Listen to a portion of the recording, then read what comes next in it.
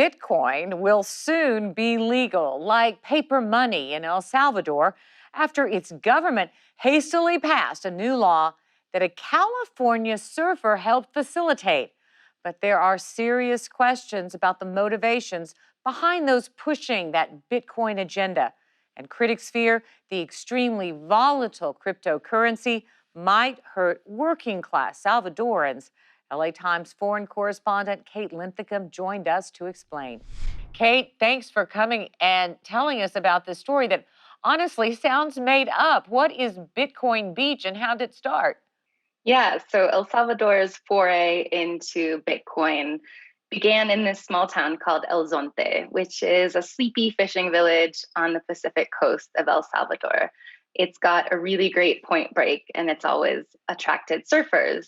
One of them, Mike Peterson, came down about 15 years ago, fell in love with the waves, and actually moved his family there part time. He was doing charity work in this community when he says an anonymous donor contacted him and said that he wanted to donate a large amount of money to this community with one condition, that it be paid in Bitcoin. And he wanted, sort of the charity work itself to be paid out in Bitcoin. And so what happened there in El Zante is a Bitcoin economy sprung up. People were being paid in Bitcoin. Restaurants started accepting it. It became sort of one of the first places in the world where like everyday transactions could be done with cryptocurrency. And so, what was the reaction of the townspeople? Because this is not a place where you're going to find a lot of people with MBAs. This is a poor working class community. Yeah, absolutely. These are very poor people for the most part, who were suddenly receiving their pay not in dollars, but in this cryptocurrency that, as you mentioned, is super volatile. So sometimes that was a good thing for people. I spoke to one woman who runs a small little market, and she said that she was actually able to really grow her money because she had money in Bitcoin. Then the value of Bitcoin went up. And she saw her savings basically grow overnight, and she was able to cash out and make some repairs to her stores. But the flip side of that is it can also lose value really quickly.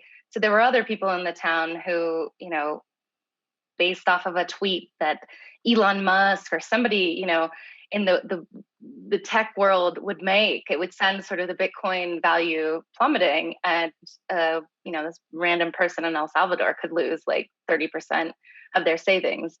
So it's got kind of pluses and minuses, but the main thing is it's kind of like gambling. So then the president of El Salvador gets involved.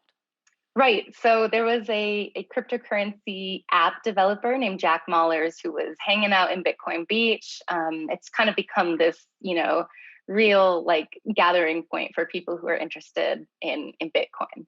So he was there learning to surf, working on his app, when he got a Twitter message from the president's brother who said, we should talk. And basically they got together, and it resulted in the president asking this 27-year-old from Chicago to help write a law that would make Bitcoin legal tender in El Salvador. And a few months later, they presented this proposal to the world at a Bitcoin conference in Miami. And a few days later, a law had been presented, pushed through Congress really quickly, and it was approved. It's not only a concern that people in these small towns could lose their life savings, there are experts who say the entire El Salvadoran economy could collapse.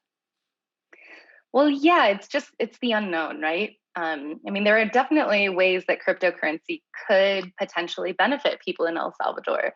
You have, for example, billions of dollars in remittances coming back from the United States being sent from migrants there to their family members in El Salvador.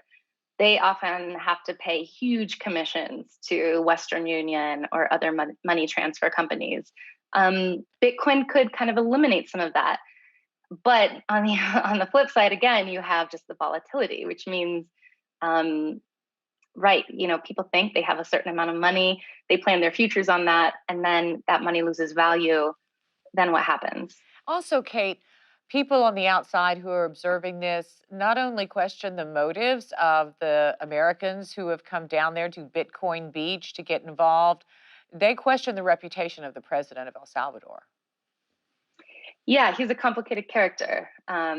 He's a 39-year-old former publicist who's who's very much like a forward-thinking guy. He kind of styles himself like a Silicon Valley, disruptor.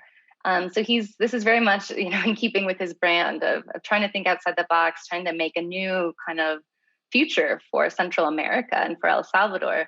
But he's also shown sort of a real distaste for democratic norms. We saw just a few months ago, his members of his party illegally fired some of the Supreme Court judges, which many people and many countries, including the United States, decried as an illegal power grab. And so there are a lot of questions right now about how Bitcoin might play into that and whether or not it's part of a plan that he has to concentrate power and of course to get rich. Well, it's fascinating. Please come back when there are updates. Caitlin Thickham reporting. Thank you. Thank you so much.